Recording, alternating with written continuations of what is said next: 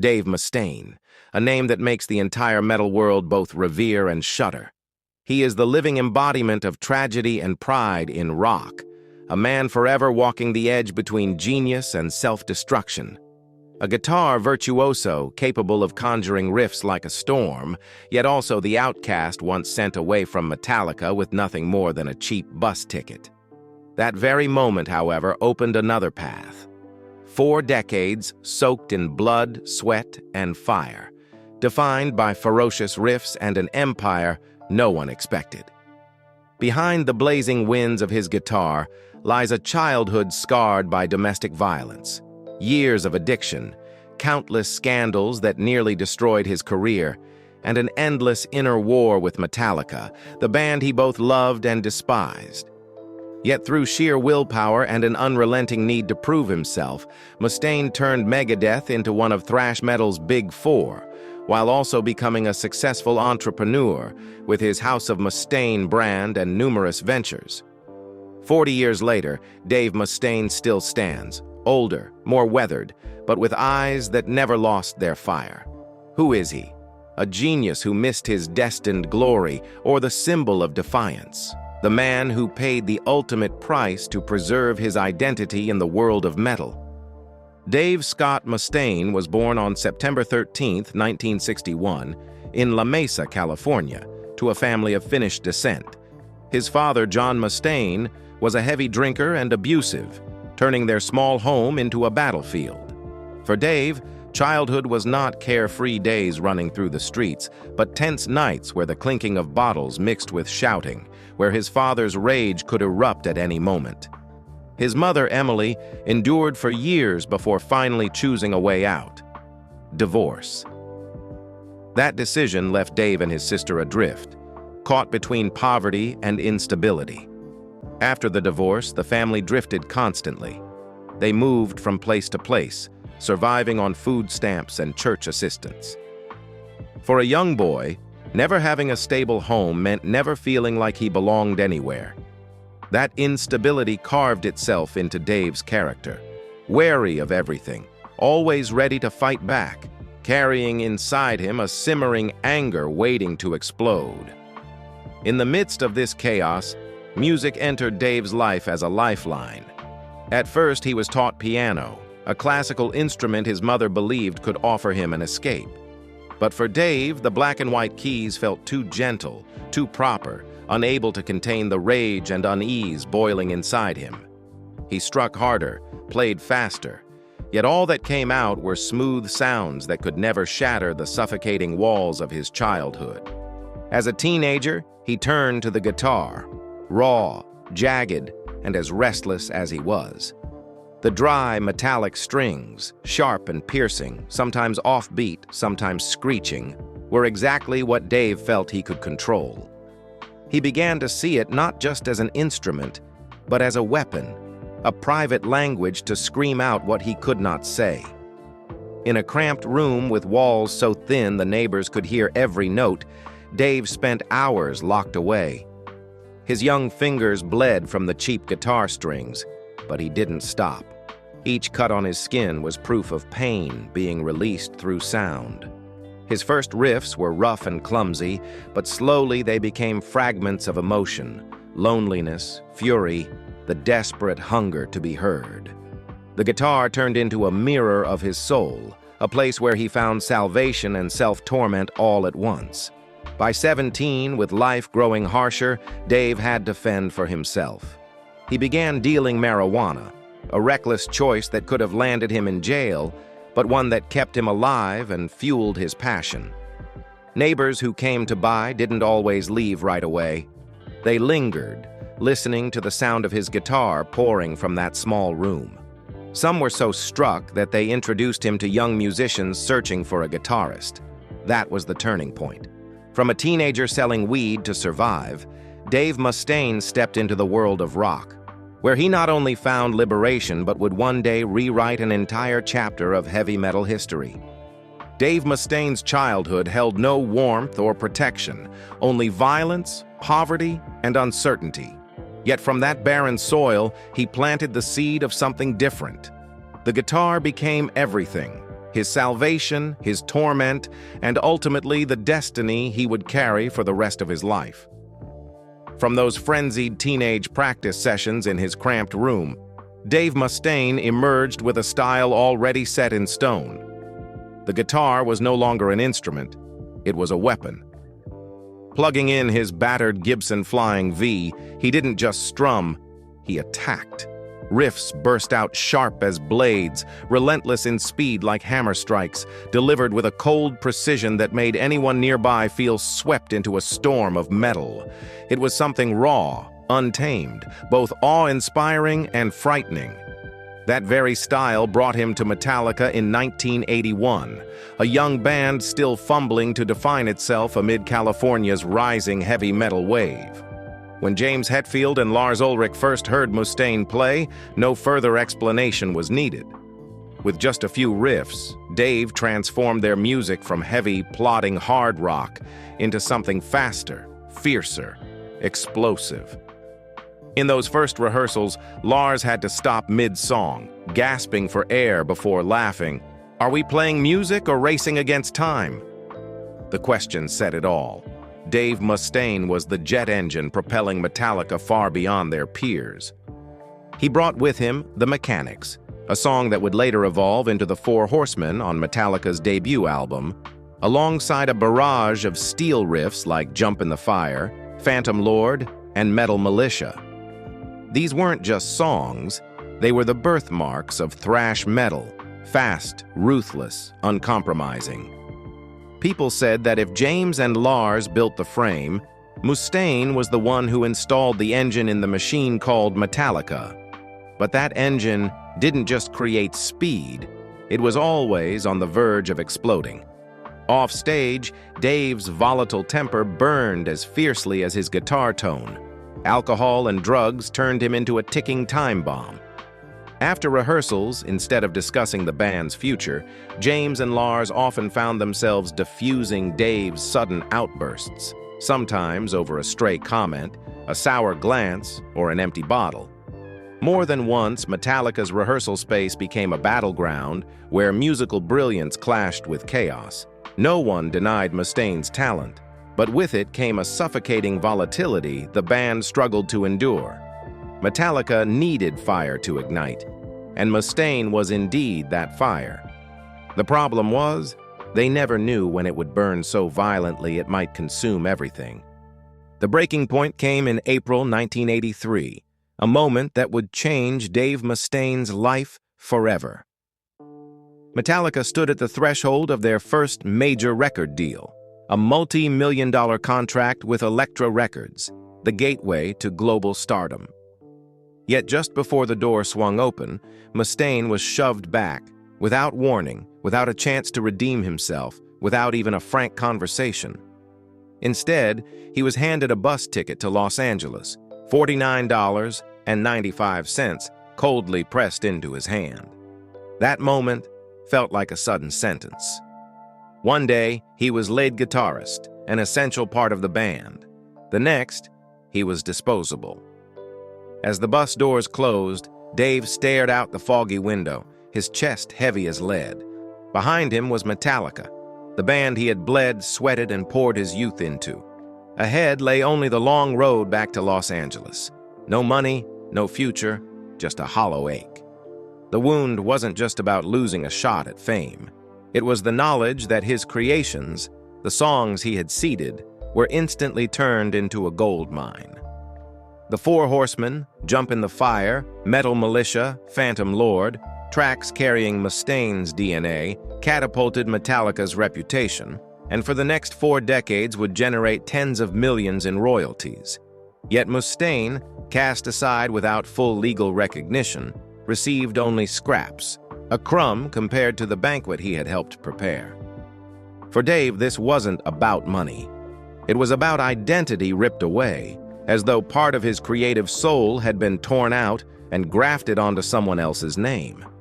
The humiliation gnawed at him, turning pain into hatred. He once confessed that being expelled from Metallica hurt worse than a divorce, because when you lose a wife, you lose one person. But when he lost Metallica, he lost his future, his unwritten legacy. From that day on, a black fire burned inside him. A vow, silent but unyielding. He would not seek revenge with fists, but with what he did best, music. He would build another empire, faster, heavier, more ferocious than anything Metallica could muster. For Dave Mustaine, the only revenge worth having was to prove to the world that the man left behind was, in fact, the one who truly defined thrash metal. Returning from New York in bitterness, Dave Mustaine was forced to start again from zero.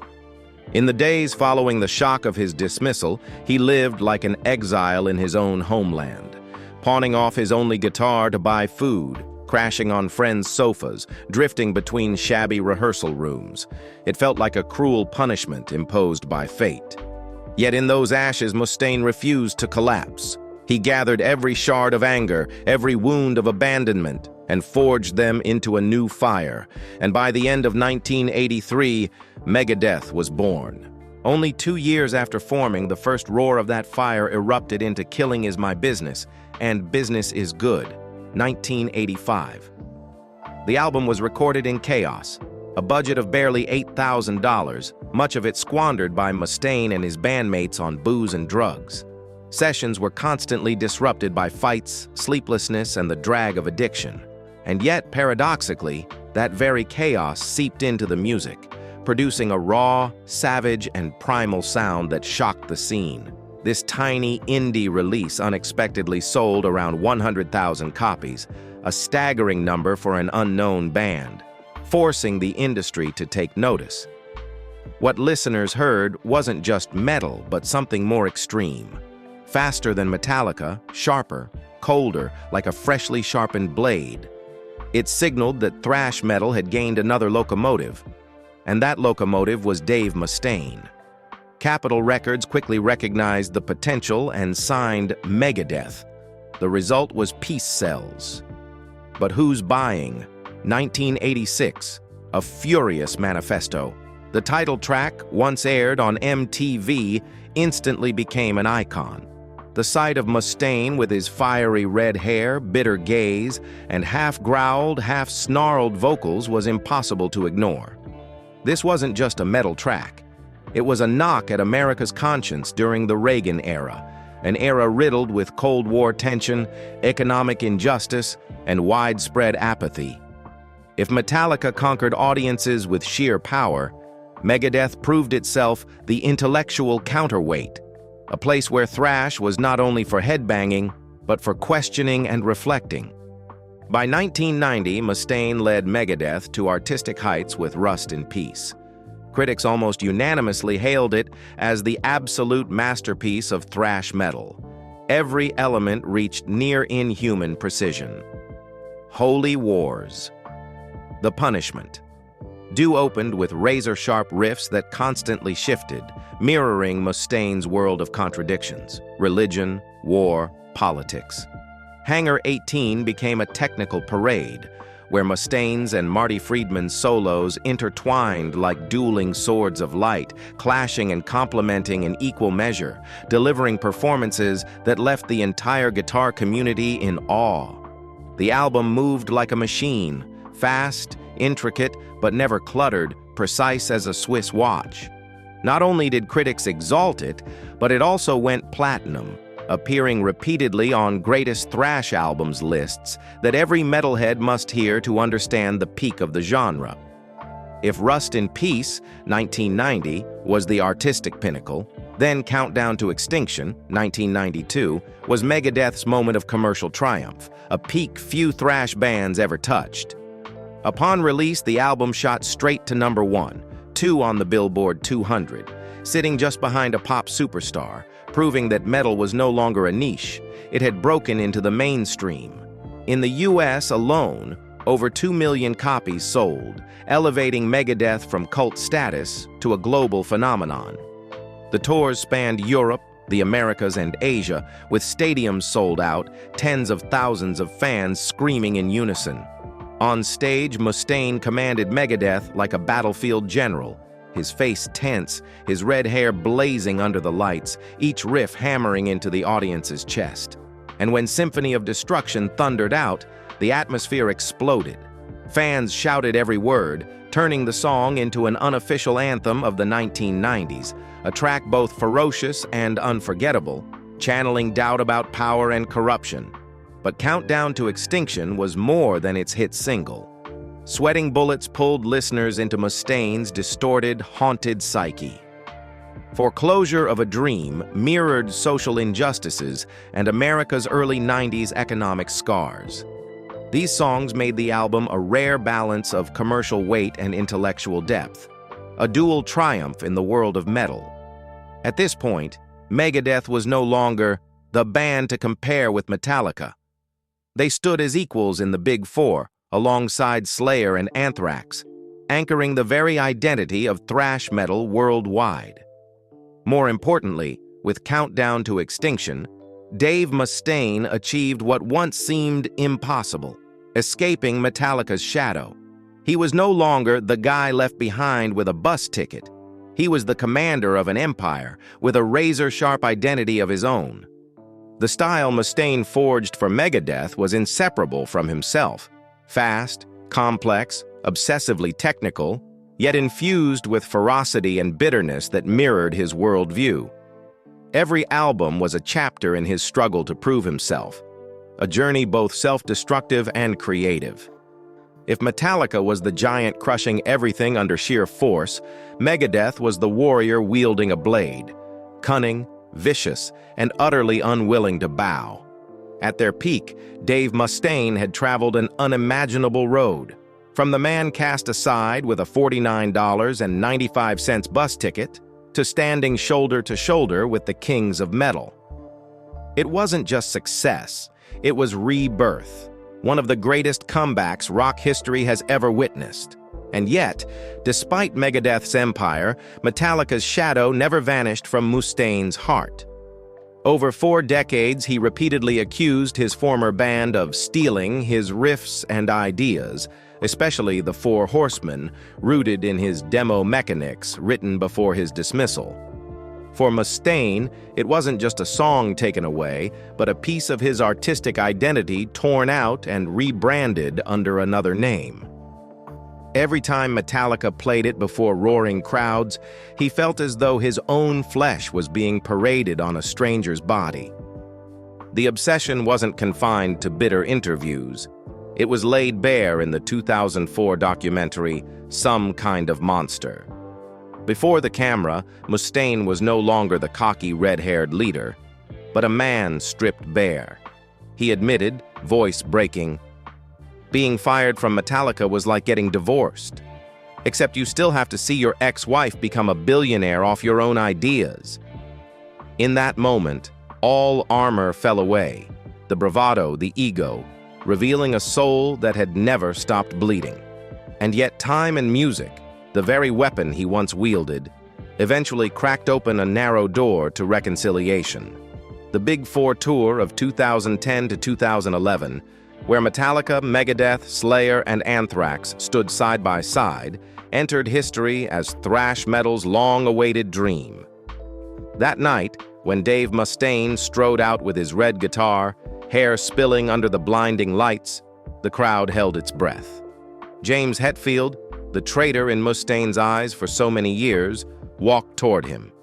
The stadium fell silent, as if waiting to see whether decades of bitterness might dissolve in a heartbeat. Then the first riff of Am I Evil erupted. All 4 bands, the pillars of thrash metal, merged their forces on one stage, and in that moment, Mustaine and Metallica, once bitter enemies, stood together, playing in unison. Photos of that night spread worldwide. Mustaine bent over his riffs, Hetfield roaring into the mic, the audience screaming in disbelief. It was no longer just a concert. It was an emblem, an image many thought they would never see in their lifetime.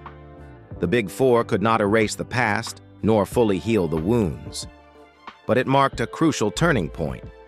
Dave Mustaine, once expelled with a $49.95 bus ticket, was no longer the outsider.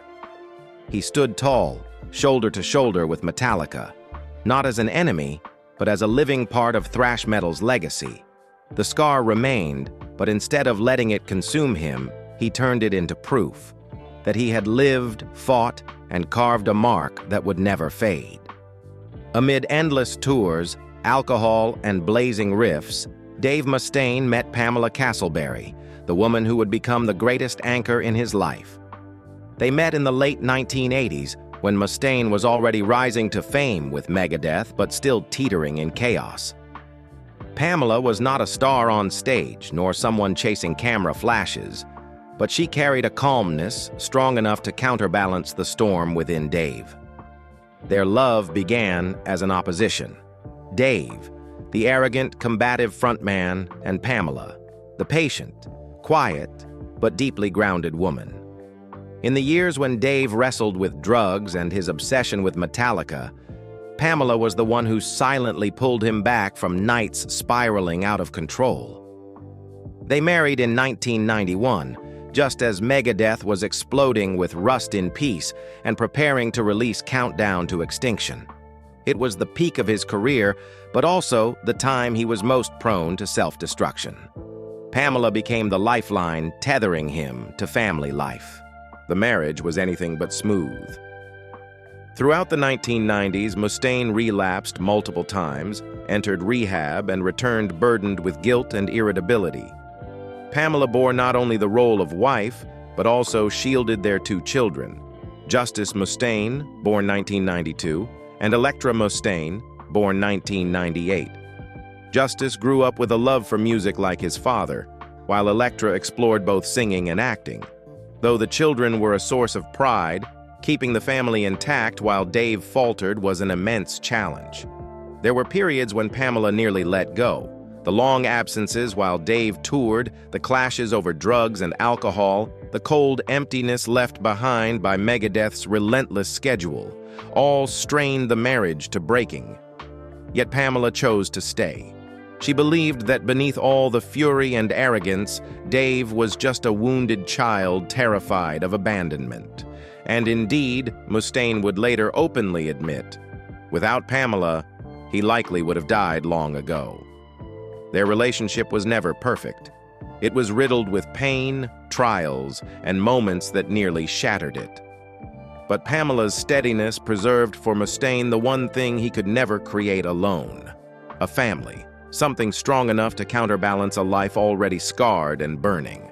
Still, love alone could not soothe all of Mustaine's storms.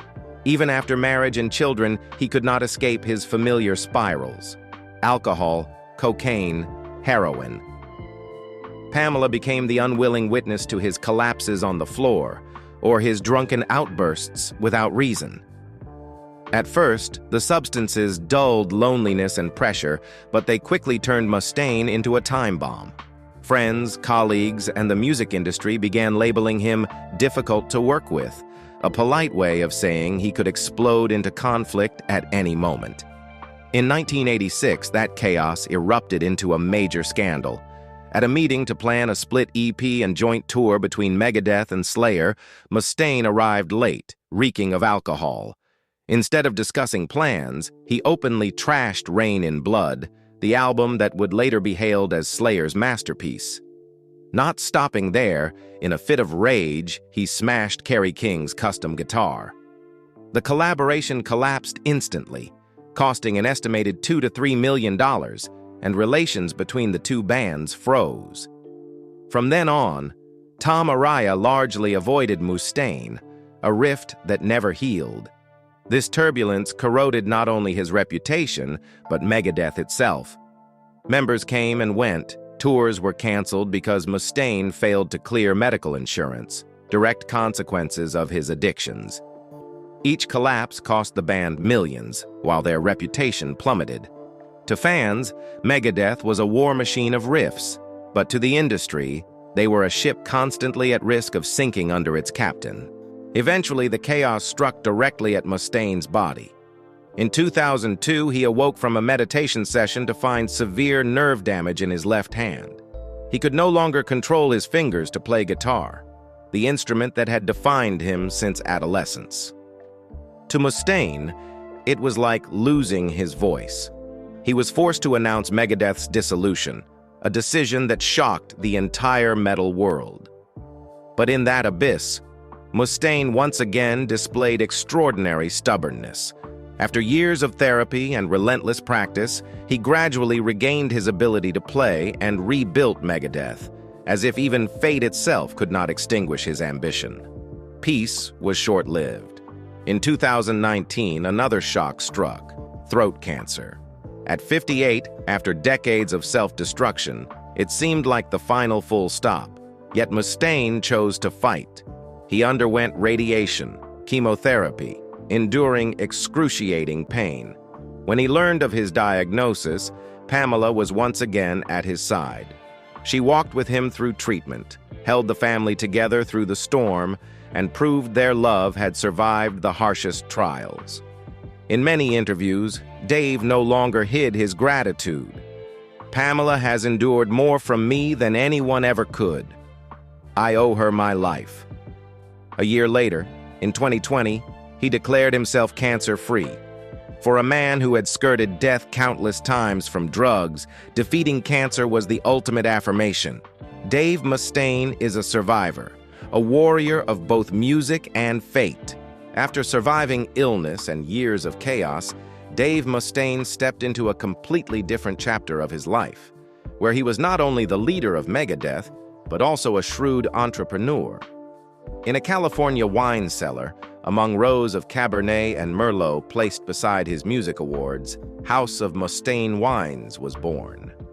The idea seemed almost absurd at first, a thrash metal guitarist tied to fine wine.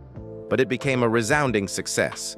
The first batches sold out in just weeks, and revenues quickly climbed to millions of dollars per year, sometimes even surpassing what Megadeth earned on tour. Mustaine didn't stop at wine. He partnered with Gibson to launch a signature guitar line, co-developed custom amplifiers, and rolled out a series of premium merchandise. Unlike the cheap t-shirts for mosh pit fans, these products targeted Gen X fans, the generation that grew up with Megadeth, now with stable incomes and willing to spend hundreds, even thousands of dollars on experiences tied to their youth. His income streams became diverse. Beyond music, there were wines, brand licensing, and VIP meet-and-greet packages costing thousands per person, delivering near total profit. While Metallica still had to sustain massive stadium tours to fuel their giant machine, Mustaine had built a more sustainable model, revenue streams that flowed even when he wasn't on stage. Analysts called him the pioneer of the multi-sector metal business model.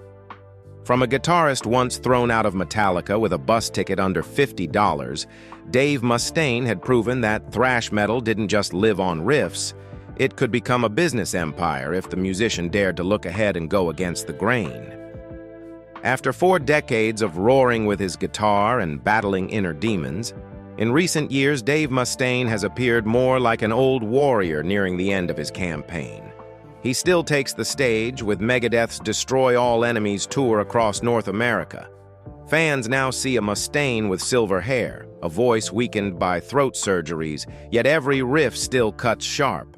Each show feels like a vow. I will fight until the final beat. Perhaps that is why tens of thousands still scream Symphony of Destruction, as if witnessing a living musical testament. Alongside the tours, Mustaine has also laid the foundation for a second legacy. House of Mustaine Wines, run by his family, has thrived, in some years generating more revenue than touring itself. Wine showcases scheduled for Nashville in 2025 are not merely product launches, but a way for him to reconnect with a generation of fans now grown. Those who once headbanged at the barricade, now buying a $200 Cabernet to preserve a piece of their youth. Yet the past still refuses to let go. In a 2025 interview, Mustaine once again mentioned Metallica, accusing them of continuing to use his early riffs. His tone was no longer one of reckless anger, but of a man who has lived a lifetime with a wound that never fully healed. And perhaps that is why he has chosen closure, announcing that Megadeth will release its final album in 2026, followed by a global farewell tour. At the same time, he has begun writing his memoirs, not for revenge, but to recount everything: the torment, the losses, and the glory. In these final years on stage, Mustaine's activities are no longer just business. They are the prologue to an ending. A farewell carefully prepared, written in music, in wine, and in the pages he leaves behind. Dave Mustaine, from the poor child beaten by his father, to the man cast out by Metallica, to the king of thrash metal, now chooses to close his war on his own terms, not collapsing on the battlefield, but laying down his guitar beneath the final stage lights as the applause still echoes. From those final steps, the story of Dave Mustaine naturally opens onto another layer: legacy. Because when the stage curtain falls, what lingers is not only the sound of guitar, but the way he helped shape an entire generation. Mustaine was not just the founder of Megadeth, he was one of the architects of thrash metal itself. Music that was faster, fiercer, more complex, and sharper than anything that had existed before. Albums like Peace Sells, But Who's Buying, Rust in Peace, and Countdown to Extinction didn't just create songs. They became textbooks for thousands of bands that followed. His influence went beyond music. Mustaine gave metal political and social depth, turning thrash into a weapon of resistance, not just sound to headbang to. The riffs he had written during his Metallica days, even though he lost most of the credit, have survived for over 4 decades, proving that his musical language became part of the very DNA of the genre. On another level, Mustaine pioneered a new model for metal musicians, not relying only on stadium tours, but building a multi-sector empire. From House of Mustaine wines to collaborations with Gibson, to high-priced VIP meet-and-greet packages. He proved that a metal band could survive and thrive through creativity and business, setting an example for others to follow. And yet, Dave Mustaine's greatest legacy may not lie in the millions of albums sold or the profits from wine, but in the story he leaves behind. From an abused child, from a man cast out with a $49.95 bus ticket, to becoming one of the most important leaders in metal. He gave audiences not only immortal songs, but a message. Failure is not the end. It can be the starting point for something greater. Looking back on the whole journey, Dave Mustaine stands as a living paradox. He was once the boy haunted by domestic violence, the man expelled from Metallica in utter humiliation, the addict who brushed against death many times. But he was also the one who built Megadeth, a towering thrash empire, who wrote masterpieces like Peace Sells, Rust in Peace, Symphony of Destruction, and inspired generations of musicians after him. And you, when you think of Dave Mustaine, what do you remember most? The fury in every riff, or the resilience of a man who refused to fall? Share your thoughts in the comments, and don't forget to subscribe to the channel to follow more true life stories that echo even louder than music itself.